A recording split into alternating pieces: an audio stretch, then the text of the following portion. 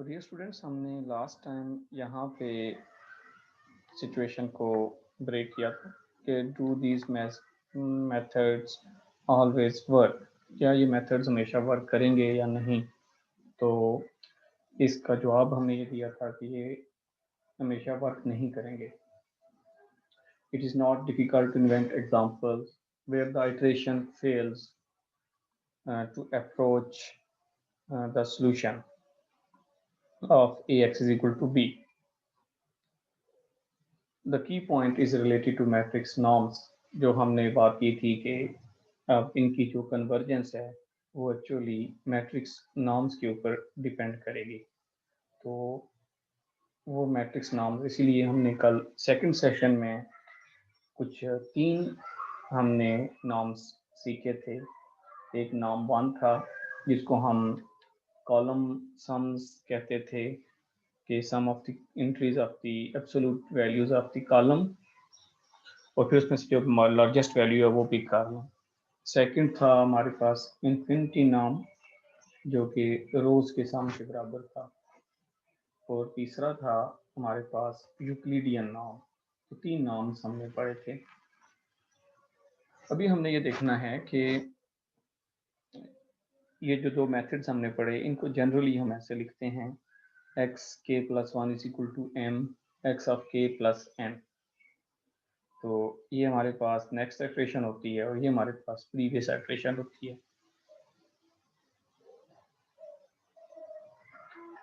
For Jacobi method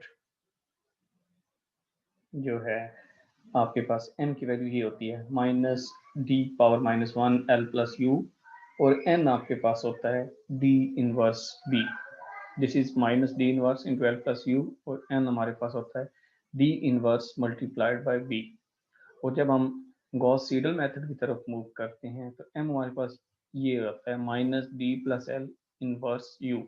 ये d और l मिला दिए जाते हैं यहाँ पे, तो d plus L inverse into U, और n हमारे पास होता है d plus L inverse into b। The following key point gives the main result. तो ये की पॉइंट है फॉर द कन्वर्जेंस के फॉर आइटरेटिव प्रोसेस, के भी आइटरेटिव प्रोसेस है सिस्टम ऑफ इक्वेशंस का। द आइटरेशन, जो आइटरेशन है will converge to a solution, एक सोल्यूशन को कन्वर्ज करेंगी if the norm of m is less than one. अगर यहाँ पे ये जो मैट्रिक्स m है इसका नाम जो है वो लेस देन वन हो। अब तीन नाम्स आपने पढ़े थे, नाम वन, इन्फिनिटी नाम और यूक्लिडियन नाम। तो तीनों नाम में से जो वैल्यू अगर हम इसकी कैलकुलेट करें तो वो लेस देन वन होनी चाहिए। So this is the key point. Care is required in understanding what की पॉइंट 13 सेज। तो थोड़ा सा हम इसको समझते हैं कि जो हमारा की पॉइंट 13 है ये हमें क्या समझाना चाह रहा है, क्या रिक्वायरमेंट है इसकी। Remember that there are lots of different ways of defining the norm. जैसा कि हमने कल के लेक्चर में देखा कि एक मैट्रिक्स का नाम तीन तरीकों से निकाला जा सकता है, और नहीं तीन से भी ज़्यादा निकल सकते, लेकिन हमने तीन मोस्ट कॉमनली जो यूज़ किए जाते हैं वो मेथड पढ़े थे। तो ये कह रहा है कि remember that there are lots of different ways, मुख्तलिफ वेज हैं ऑफ डिफाइन करने के नॉर्म ऑफ ए मैट्रिक्स, किसी भी मैट्रिक्स के नाम को। We saw three of them, हमने तीन जो मेथड थे इन्फिनिटी नाम, नाम वन और यूक्लिडियन नाम, ये पढ़े। इफ यू कैन फाइंड ए नाम, अब आप कोई भी नाम निकालते हैं जैसा कि ब्रैकेट में लिखा हुआ है एनी नाम such that the norm of m is less than 1, then the iteration will converge। अब आप एक नाम निकालते हैं, कोई भी नाम, कोई एक नाम आपने निकाल लिया, तो अगर नॉर्म ऑफ m जो है वो लेस देन 1 आ गया तो फिर आइट्रेशन जो है वो कन्वर्ज करेगी।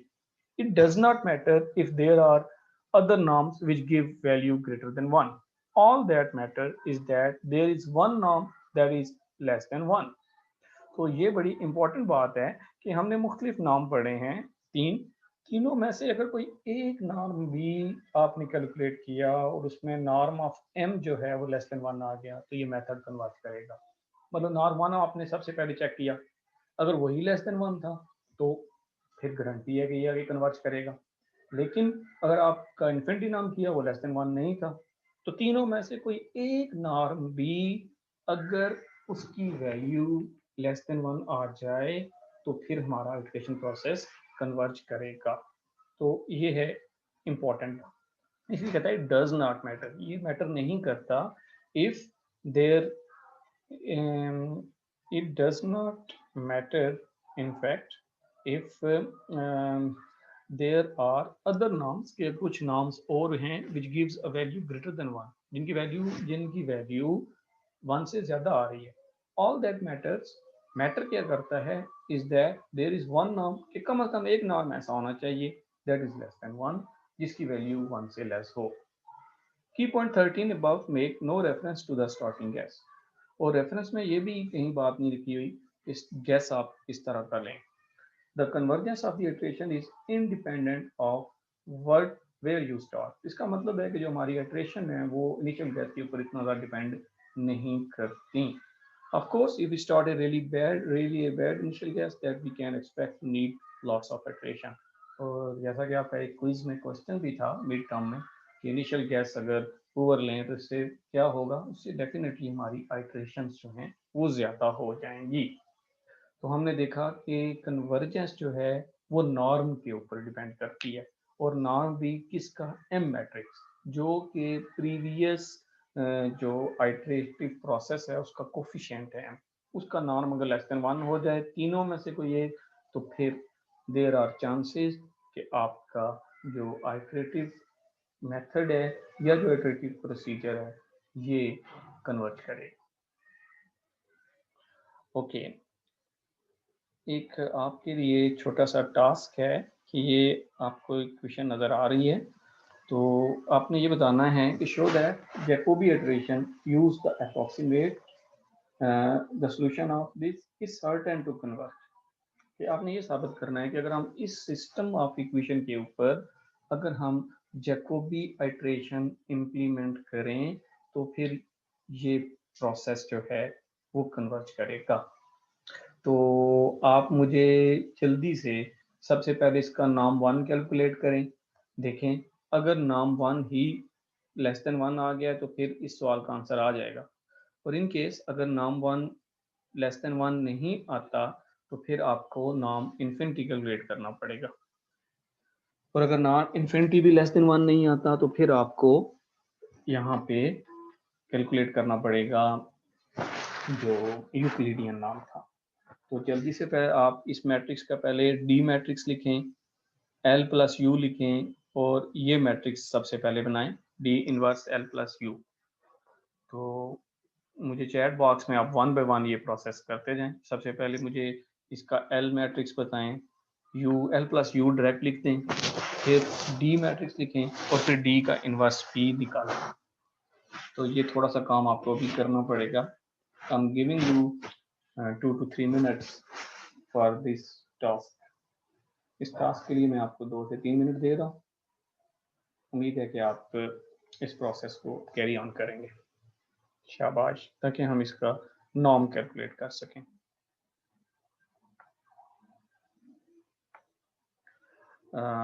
महविश ने लिखा है कि इसका जो डी मैट्रिक्स होगा वो 4 - 5 2 जो डायगोनल एंट्रीज हैं उस पर मुश्तमिल होगा और बाकी एंट्रीज 0 होंगी।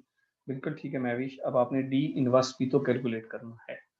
डी मैट्रिक्स लिख के आपके पास कॉपीज हैं इस वक्त, सबके पास बॉल पॉइंट और कॉपी आपके पास होनी चाहिए, और डी इनवर्स मैट्रिक्स मुझे आप लोगों ने कैलकुलेट करके बताना है। दैट इज वेरी सिंपल, फौरन निकल आएगा। एल प्लस यू अब्दुल्ला नज़ीर ने लिखा है, वो मैं बनेगा 4 0 0 1 - 5 0 और -1 0 -2।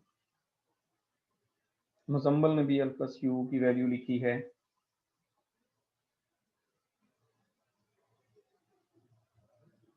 ठीक है, आगे देखते हैं डी इनवर्स क्या आता है आप लोगों का।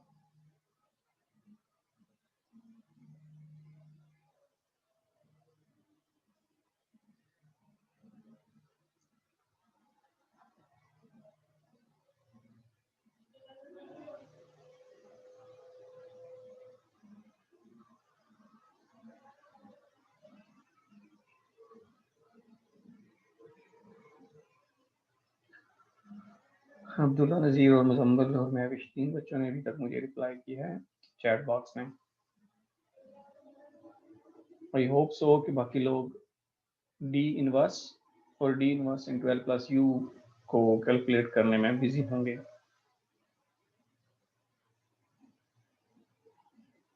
यस, इकरा ने कहा है कि हम प्रोसेस कर रहे हैं। गुड। मुजम्मल ने बताया है कि जो डी का इनवर्स है वो 25 माइनस 2 5।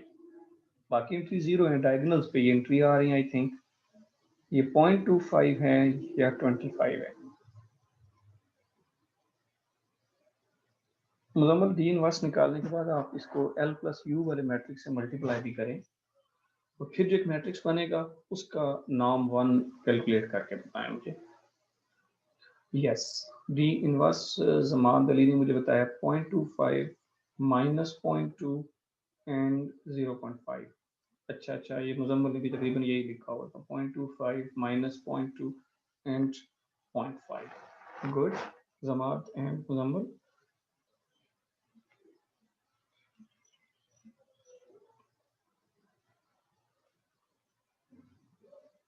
इनाम ने भी आंसर बता दिया है डी इनवर्स का 0.25 minus 0.2 and 0.5, that is inverse D inverse. Okay, now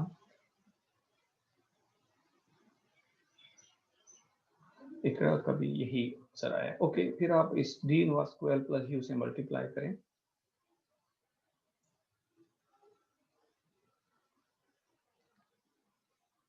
फिर देखें मैट्रिक्स क्या बनता है।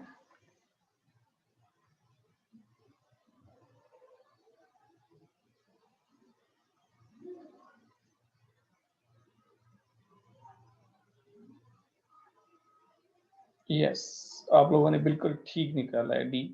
ये देखें, मैंने डी इनवर्स आपके सामने बता दिया, 0.25 माइनस 0.2 एंड 0.5।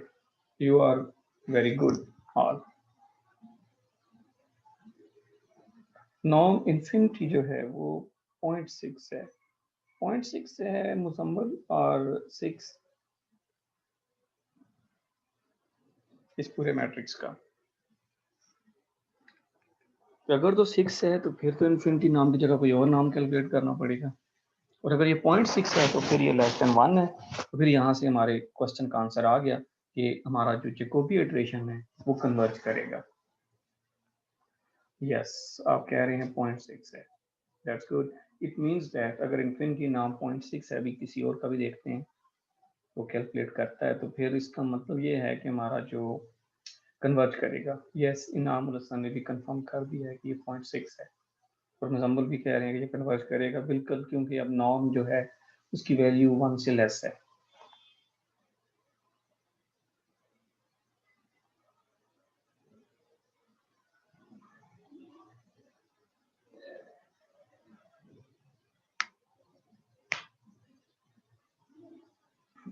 ओके, इकरा का भी 0.6 आया है, दैट्स गुड।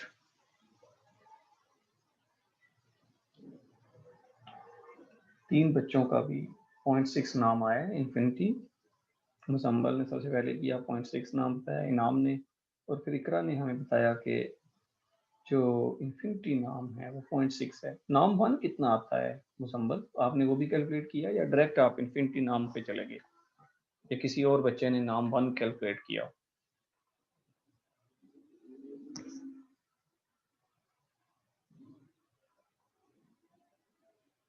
0.7। ओके, तो नाम 1 भी 0.7 है, इट मींस दैट कि दोनों नाम्स में लेस देन 1 आ रहे हैं। रमजान से ने भी 0.6 बताया है, और मोहम्मद एहसन ने भी 0.6 calculate. So well done you all.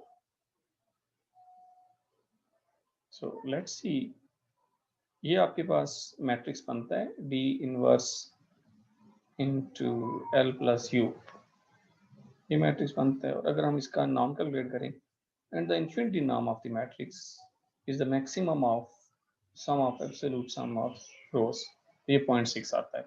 Yes, you are all right, infinity नाम इसका 0.6 है, which is less than 1, and therefore the iteration will converge.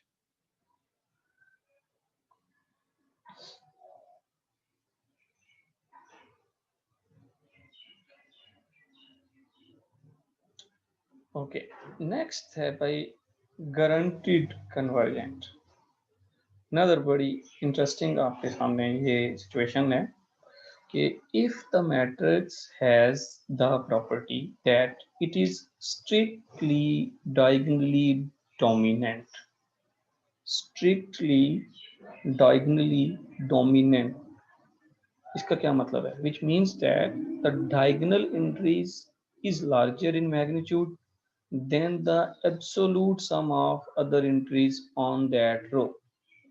मतलब किसी भी रो में अगर बाकी डायगोनल के अलावा दोनों एंट्रीज का एब्सोल्यूट सम करें तो डायगोनल एंट्री ज्यादा रहे। अगर आप देखें 3x3 का मैट्रिक्स है तो 3 एलिमेंट्स डायगोनल पे होंगे, तो हर रो में एक डायगोनल एलिमेंट होता है। तो डायगोनल एलिमेंट के अलावा बाकी एलिमेंट्स को अगर हम एब्सोल्युटली सम करें तो डायगोनल एलिमेंट से कम रहे वैल्यू, तो समझ लें तीनों में, तो फिर हम समझ लें कि ये जो मेथड है वो मैट्रिक्स जो है वो स्ट्रिक्टली डायगोनली डोमिनेंट है। तो अगर कोई मैट्रिक्स ये प्रॉपर्टी रखता है, मतलब उसमें स्ट्रिक्टली डायगोनली डोमिनेंट की प्रॉपर्टी है, तो फिर both Jacobi and Gauss-Seidel are guaranteed to converge। फिर ये है कि गारंटी होती है कि दोनों मेथड्स कन्वर्ज करेंगे। उसकी गारंटी की वजह क्या है कि the reason for that this is the reason for this is that if capital A is strictly diagonally dominant, then the iteration matrix M will have an infinity norm that is less than 1। तो फिर कहता है कि ये guarantee है कि फिर infinity norm में वो हमेशा लेस देन 1 रहेगा। तो ये बच्चों आपके पास एक सामने एक और आई कि अगर आप इन्फिनिटी नॉर्म कैलकुलेट करना चाहते हैं या इसके लिए आप मैट्रिक्स को ये चेक कर रहे हैं कि वो स्ट्रिक्टली डायगोनली डोमिनेंट हो। स्ट्रिक्टली डायगोनली डोमिनेंट के लिए क्या होना चाहिए कि डायगोनल एंट्रीज जो हैं वो मैग्नीट्यूड में ग्रेटर होनी चाहिए absolute sum of all other non diagonal entries.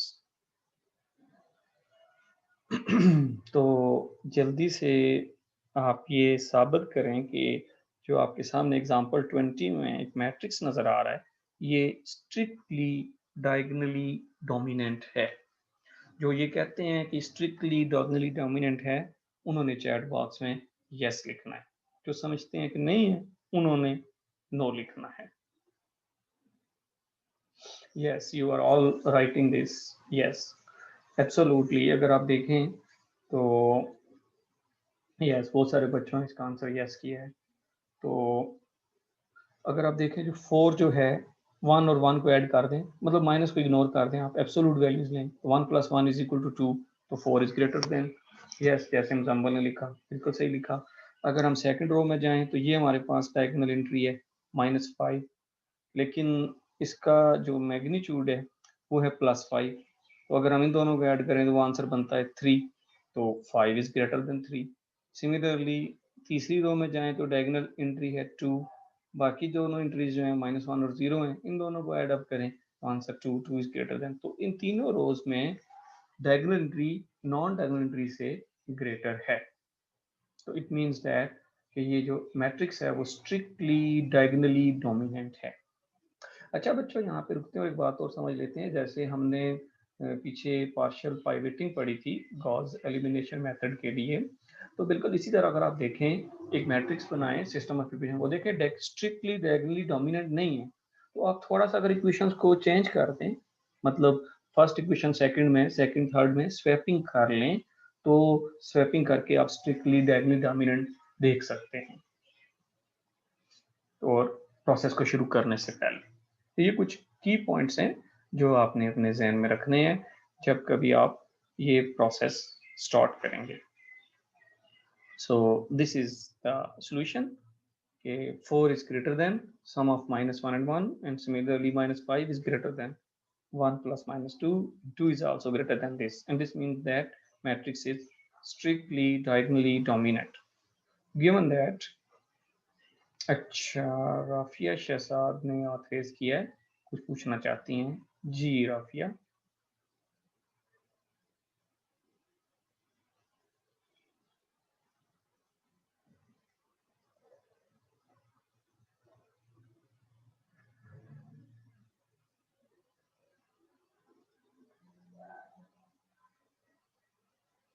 जी राफिया, आप अपने आप को अनम्यूट करें, क्या कहना चाहते हैं आप?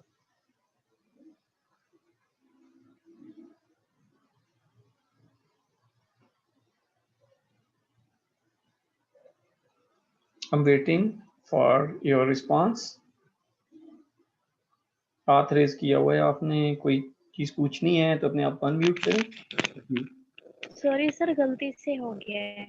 Okay okay. जी मोहम्मद आतिफ। अस्सलाम वालेकुम सर। वालेकुम सलाम। सर यहाँ पे हमने जो रो वाइज इंक्रीज देखी थी, जैसे हमारे पास 4 माइनस 1, तो हमने रो वाइज इंक्रीज को देखा था जिनका सम जो है वो हाँ बोला सा रहा था। हम इनको कॉलम वाइज देख सकते हैं? नहीं, रो वाइज देखना है, कॉलम वाइज नहीं देख सकते। ठीक है ओके। ओके। तो हम आगे चलते हैं। Given that A capital A above is strictly diagonally dominant, and it is certain that both Jacobi and Gauss Seidel will converge for the solution. Okay. What is so special about strict diagonal dominance? ये देखिए ना, लफ्ज है strict diagonal dominance, कि diagonal element की dominancy है। तो question ये आता है कि क्या ऐसी स्पेशल चीज है इसके अंदर। So in many applications we can be certain about that the coefficient matrix A will be strictly diagonally dominant. We will see examples that when consider approximating solution of differential equation. ये आगे जाके हम देखेंगे कि differential equations में भी आपका next course हो सकता है, मे बी जो आपका numerical analysis 2 हो उसमें ये चीज काम कर सकती है, आपको सही समझ लगेगी कि इसमें डिफरेंशियल इक्वेशन का सॉल्यूशन कैसे कन्वर्ज कर रहा है। तो ये कुछ आपके लिए एक्सरसाइज है, एक सिस्टम आपके सामने है, आपने ये स्टार्टिंग गैस है जैकोबी मेथड्स इंप्लीमेंट करना है और उसकी जस्ट 2 इटरेशंस निकालनी है, x2 and x3। B part भी है, उसमें गॉस सीडल मेथड आप अप्लाई करना है। सो नेक्स्ट है जैकोबी इटरेशन, आपने क्वेश्चन नंबर 2 में अप्लाई करनी है। दिस इज 4x4 मैट्रिक्स और xk+1 हमने आसानी के लिए लिख दिया, ऐसे लिखा जा सकता है। बहरहाल आपने ये चीज़ खुद बनानी है और ये भी साबित करना है कि ये वैल्यूज जो हैं कन्वर्ज करेंगी, मींस को आपने नॉर्म कैलकुलेट करना होगा। ये कुछ 2 to 3 क्वेश्चंस हैं आप लोगों के लिए। ओके अगर आपके जहन में कोई क्वेश्चन है तो पूछ सकते हैं आप लोग, इससे पहले कि हम आगे मूव करें। अस्सलाम वालेकुम सर। हाँ वालेकुम सलाम मुजम्मल। सर अभी आपने पढ़ाया था जो हमने ऊपर ये स्ट्रिक्टली डायगोनल पढ़ा है, आपने कहा कि हम यहाँ पार्शियल पाइवेटिंग कर सकते हैं अगर इजी करना हो तो। पार्शियल पाइवेटिंग की तरह मैं कह स्वैपिंग कर सकते हैं। मिसाल के तौर पर आप देखते हैं यस सर। एक सिस्टम जो है जो लिखा हुआ आपके सामने, मिसाल के तौर पर यही सिस्टम एक लिखा हुआ है आपके सामने, तो ये आपको नजर आता है कि स्ट्रिक्टली डायगोनल डोमिनेंट नहीं है, यहाँ तो नजर आ रहा है ये है, ठीक है। लेकिन फॉर एग्जांपल अगर ये वाली रो नीचे हो, ये रो ऊपर हो, तो फिर तो नहीं होगा, ठीक है। तो फिर हम इस तरह स्वैपिंग कर सकते हैं ताकि वो स्ट्रिक्टली डायगोनली डोमिनेंट हो जाए। यस सर, यही था कि अगर हम उसको यानी कि स्वैप भी करेंगे उसका डायगोनल तो चेंज नहीं होगा, वही रहेगा उस इक्वेशन का। तो नहीं देखें ना, अगर आप अब ये देखें इसका डायगोनल एंट्री क्या है, बोलें। इसकी 5 है सर। 5 है और इसकी डायगोनल एंट्री क्या है 5। अगर अब ये रो इधर होती, ये रो ऊपर होती, तो अब डायगोनल एंट्री चेंज हो जाती ना, सेकंड रो अगर फर्स्ट बनती तो फिर 5 तो ना होता, यस सर, डायगोनल -1 हो जाना था। -1 यस सर, हो जाना था, ये बात कर ओके रहे हैं, सर, ठीक है। Thank you sir. Okay sir. Okay madam. Okay अगर किसी के जहन में कोई और चीज पूछनी हो, बस हम बोले बहुत अच्छा क्वेश्चन पूछा जी। जी एक्सक्यूज मी सर। जी अस्सलाम वालेकुम। वालेकुम सलाम। सर जब हम ये रोल्स चेंज करेंगे तो यहाँ पर हमारे पास कोई साइन वगैरह की चेंजिंग तो नहीं आएगी, जैसे हम डिटर्मिनेंट में करते हैं कि रोल्स चेंज नहीं करेंगे नहीं तो नहीं नहीं नहीं नेगेटिव नहीं, आता है। इकरा असल बात है, खाली रो चेंज नहीं करनी, आपने पूरी इक्वेशन चेंज करनी है, ठीक है। मिसाल के तौर पर अब ये लिखा हुआ है 5x1, मतलब आप खाली यहाँ पे ये नहीं चेंज करेंगे, ये इससे यानी मतलब पूरी रो चेंज होगी, वो तो बात की हाँ, समझ आ गई है। तो उसमें कोई चेंजिंग नहीं होती। वो तो ये होता है ना कि इक्वेशन 1, इक्वेशन 2, इक्वेशन 3 हम नंबर्स चेंज कर रहे हैं बस। इक्वेशन 1 को इक्वेशन 2 की जगह ओके लिख रहे हैं, सर, इक्वेशन 2 को इक्वेशन 1 की जगह लिख रहे हैं, कोई डिटर्मिनेंट नहीं ले रहे सही। हैं। ओके, तो इसमें जी कोई ठीक, इस तरह माइनस या प्लस नहीं आता। Okay sir. ओके, शाबाश। कोई और क्वेश्चन आपके जहन में हो इससे पहले कि हम आगे मूव करें? जी महविश। सर सर उसमें तो हम इसलिए चेंज करते थे ना कि हमारे पास जो लीडिंग एंट्री थी वो 1 नहीं होती थी स्टार्ट में, तो हम उसे 1 बनाने के लिए रोज को स्वैप करते थे। बिल्कुल बिल्कुल, यू आर तो राइट। सर इसमें हमें क्या जरूरत पेश आएगी जरूरत पेश है इस वक्त स्वैप आएगी, करने की? जैसे मैं कह रहा हूं, अभी थोड़ी देर पहले मैंने मुजम्मल को समझाया था कि अगर ये सेकंड रो पहले लिखी होती और फर्स्ट रो सेकंड रो बनी होती तो फिर तो ये मैट्रिक्स स्ट्रिक्टली डायगोनली डोमिनेंट नहीं होगा। ऐसा ही है महविश। सर कैसे नहीं होगा? मिसाल के ऊपर अब देखो ना, ये रो ऊपर चली जाए तो जी अब इसका डायगोनल एंट्री क्या है? 1 1 -1 सर बन जाएगी, जी -1 बन जाएगी ना, और ये 5 जी ग्रेटर हो गया ना उससे, जी तो फिर डायगोनल डोमिनेंट नहीं हुआ ना पहली रो में, कि डायगोनल एंट्री छोटी है दूसरी डायगोनल नॉन डायगोनल एंट्री से। जी सर।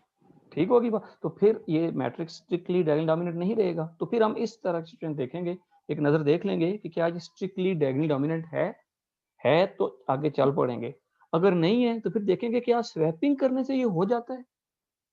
समझ आ गई बात? जी सर। अगर ये स्वैपिंग करने से हो सर जाता है तो फिर हम स्वैप कर लेंगे, और अगर स्वैप से भी नहीं होता तो फिर? तो फिर गारंटी नहीं है, कन्वर्ज नहीं करेगा सॉल्यूशन। ठीक है सर, इसमें भी मतलब कि जैसे हम उसमें मल्टीप्लाई वगैरह कर सकते थे, इसमें नहीं कर सकते? नहीं नहीं नहीं नहीं नहीं, आपने डायरेक्ट बस ओके। प्रोसेस स्टार्ट करने से पहले आपने अपन श्योर करना है कि आया जो मैट्रिक्स है कोफिशिएंट वो डायगोनली डोमिनेंट है या नहीं। ठीक है, thank you sir. Hmm, okay students, कोई और क्वेश्चन किसी के जहन में हो?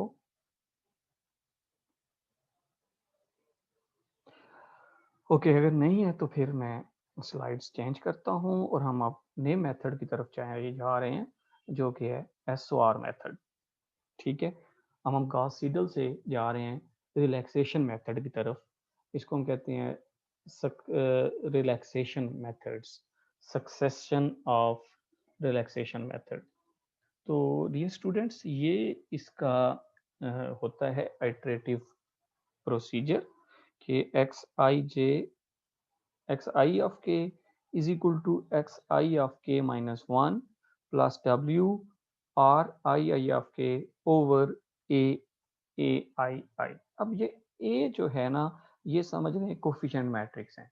जैसे अगर आप इसको i को 1 1 करें, a11 पहला एलिमेंट, a12 दूसरा, a13 तीसरा, एंड सो ऑन, तो ये तो इंडिविजुअल एलिमेंट्स हैं।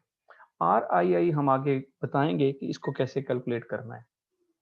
और ये तो आपको पता ही है कि प्रीवियस जो आपके पास अप्रोक्सीमेशन होती है या स्टार्टिंग, अगर हम के को 1 कर रहे हैं तो ये इनिशियल कैसे होगा। इसमें इंपॉर्टेंट चीज़ है ये डब्ल्यू को हम कहते हैं ये वेट पैरामीटर है ना, वेटिंग पैरामीटर, इस डब्ल्यू को हम कहते हैं। तो इस डब्ल्यू की वैल्यूज के ऊपर हम मुख्तलिफ मेथड्स के इसकी कैटेगरी आएगी। जैसे लिखा हुआ है for the choice of W with 0 less than W less than 1, तो इन इसी प्रोसीजर को हम कहेंगे अंडर रिलैक्सेशन मेथड। ओके, अगर हम डब्ल्यू की वैल्यू 0 और 1 के इन बिटवीन सेलेक्ट करें, 0 तो नहीं कर सकते, 0 करेंगे तो फिर डेफिनेटली हमारी नेक्स्ट पे इम्प्रूवमेंट नहीं आएगी। तो 1 से लेस और 0 और 1 के इन बिटवीन अगर हम डब्ल्यू रखेंगे वेट पैरामीटर अपना, तो फिर हम इस मेथड को कहते हैं अंडर रिलैक्सेशन मेथड्स। और अगर हम इसकी वैल्यू ग्रेटर देन 1 कर दें, मतलब 1 इज लेस देन डब्ल्यू, तो फिर हम इन मेथड को कहते हैं ओवर रिलैक्सेशन मेथड्स। तो पता चला रिलैक्सेशन मेथड्स दो तरह के होते हैं। नंबर 1 अंडर रिलैक्सेशन मेथड्स और नंबर 2 ओवर रिलैक्सेशन मेथड्स। और इन दोनों की वैल्यूज अगर वेट पैरामीटर की वैल्यू इन बिटवीन 0 एंड 1 है तो फिर ये अंडर हो जाते हैं, और अगर की वैल्यू 1 से ग्रेटर है तो ओवर रिलैक्सेशन मेथड्स हो जाते हैं। अब 1 क्या है? अगर ये वेट पैरामीटर 1 हो जाए ना डियर स्टूडेंट्स, तो ये जो मेथड है ये बन जाता है गॉस सीडल। अगर इस W को हम 1 कर दें तो ये जो SOR मेथड है ये गॉस सीडल मेथड में कन्वर्ट हो जाता है। या यूं समझ लें कि जो SOR मेथड है ये मॉडिफिकेशन है गॉस सीडल मेथड की। अभी हम देखेंगे आगे जाके, जैसे आपने देखा था ना एक क्वेश्चन जैकोबी मेथड से हमने किया था, तो उस क्वेश्चन का आंसर 40 इटरेशंस में 4 डेसिमल प्लेस तक आया था। लेकिन उसी क्वेश्चन को गॉस सीडल ने 9 इटरेशंस में आंसर दे दिया था। तो बिल्कुल हम देखेंगे कि ये जो W पैरामीटर है, ये W की सिलेक्शन से ना हमारा कन्वर्जेंस प्रोसेस जो है वो फास्ट हो सकेगा। They are used to accelerate the convergence for systems that are convergent by the Gauss-Seidel technique. ये मेन इसका ऑब्जेक्टिव है कि इन मेथड को हम इस्तेमाल इसलिए करते हैं कि कन्वर्जेंस का प्रोसेस जो है उसको हम एक्सेलरेट कर सकें, फास्ट कर सकें for the system that are convergent by the Gauss Seidel technique. उन सिस्टम के लिए इनके लिए गारंटी है कि गॉस सीडल जो है वो कन्वर्ज करेगा। These methods are abbreviated as SOR. इनको SOR कहते हैं, मतलब successive over relaxation. Over relaxation इसलिए कि हम ज़्यादातर जो देखेंगे कि जो W की वैल्यू 1 से ग्रेटर लें तो ये प्रोसेस गॉस सीडल से फास्ट होता है, तो इसलिए हम इन मेथड्स को कहते हैं सक्सेसिव ओवर रिलैक्सेशन मेथड्स, या इसकी एब्रिविएशन जो है वो है SOR। And these methods are particularly useful for solving linear system of equations that occur in numerical solution of certain PDs or ये सिस्टम ऑफ इक्वेशंस हम देखेंगे, कुछ ये डिफरेंशियल इक्वेशंस जब हमें करते हैं उनमें भी ये इक्वेशंस बनती हैं, या वैसे ही अगर सिस्टम ऑफ इक्वेशन हो तो इनको ये सॉल्व करने के लिए यूज किया जाता है। तो अब इन मेथड में जो टर्म्स आ रही हैं उनको हम अंडरस्टैंड करते हैं। Note that by using the ith component of Ri of k, जो Ri नजर आ रहा था आपको भी थोड़ी देर पहले पिछली स्लाइड में, ये इसको आपने कैसे कैलकुलेट करना है, इसको आपने कैलकुलेट इस तरह करना है Bi। अब B आपके पास system Ax equal to B है, तो ये Bi ये उस B मैट्रिक्स की एंट्रीज हैं एक्चुअली। तो RII आपने इस तरह कैलकुलेट करना है कि AIJ, अगेन AIJ जो है ये कोफिशिएंट मैट्रिक्स की एंट्रीज हैं। अब देखें ना, आप J को 1 पुट करेंगे, I को 1 पुट करेंगे तो ये A11, J को 2 पुट करेंगे, I को 1 पुट करेंगे तो ये A12 एंड सो ऑन। ये इस तरह की एंट्रीज आएंगी आपके कोफिशिएंट मैट्रिक्स की। और ये लिखा हुआ है XJ ऑफ K, ये तो आपको पता है कि ये आपके पास अप्रोक्सीमेशन है। Minus J is equal to varies from I plus 1 to n, ये समेशन I प्लस 1 से वेरी, ये 1 से शुरू हो रहा है और I माइनस 1 तक, जहां तक ये रुकेगा उससे अगली वैल्यू तक ये चलेगा। अगर मिसाल के तौर पर I 5 है तो इसने 1 से लेकर, या I अगर लेट्स सपोज 3 है तो इसने I 1 से लेकर 2 तक चलना है, और फिर यहाँ 3 से लेकर आगे n तक चलना है। तो n उस कोफिशिएंट मैट्रिक्स का ऑर्डर है ना, n क्रॉस n मैट्रिक्स जिसे हम कहते हैं। तो इसमें बस चेंजिंग ये आ रही है कि इसमें k माइनस 1 आ रहा है, और at the end minus AII XI k minus 1। तो ये AII जहाँ लिखा हो समझ लें ये डायगोनल एंट्रीज हैं, II A11 A22 A33 like that. तो RI को समझने के बाद हम इस मेथड को रीफॉर्मुलेट करेंगे। ये हमारा एक्चुअली मेथड था। अगर हम RII की ये सारी वैल्यू, एक तो ये तरीकाकार है कि आप इसको याद रख लें और इसको अलग से याद रख लें। दूसरा तरीकाकार ये है कि हम ये वैल्यू यहाँ प्लग इन कर दें, तो फिर देखें ये मेथड कौन सी शक्ल इख्तियार करता है। तो अगर हम इसकी वैल्यू यहाँ पे प्लग इन करें तो हमारे पास ये वैल्यू बनेगी लाइक दैट, XI ऑफ K 1 minus W X I of K minus 1 plus W over I, और आगे हमने वो सारी वैल्यूज पुट कर दी जो कि आर आई की वैल्यू थी। डियर स्टूडेंट्स, मेरे पास अभी 2 मिनट्स रह गए हैं इस प्रोसेस को आगे कैरी करने के लिए। मैं यहाँ पे रुक रहा हूँ और आपके क्वेश्चन ले रहा हूँ ताकि फिर हम इसको सेकंड सेशन में देख लें। तो अगर आपके जहन में कोई क्वेश्चन हो, यू कैन आस्क। जी आतिफ।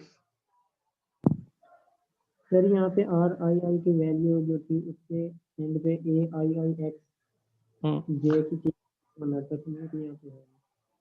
जो वहाँ पे क्या था ये देखें ना सर, ये एंड पे जो है माइनस ए आई आई एक्स जे के की माइनस। हाँ, ये ए आई मैंने कहा ये डायगोनल एंट्रीज है ना आपके पास।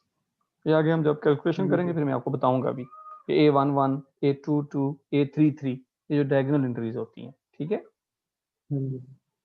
ओके। Any other question? तो चलें फिर हम इसको थोड़ी देर तक मिलते हैं नेक्स्ट सेशन में, इधर से ही हम कंटिन्यू करेंगे। ठीक है स्टूडेंट्स, मैं स्क्रीन जरा स्टॉप करने लगा हूँ।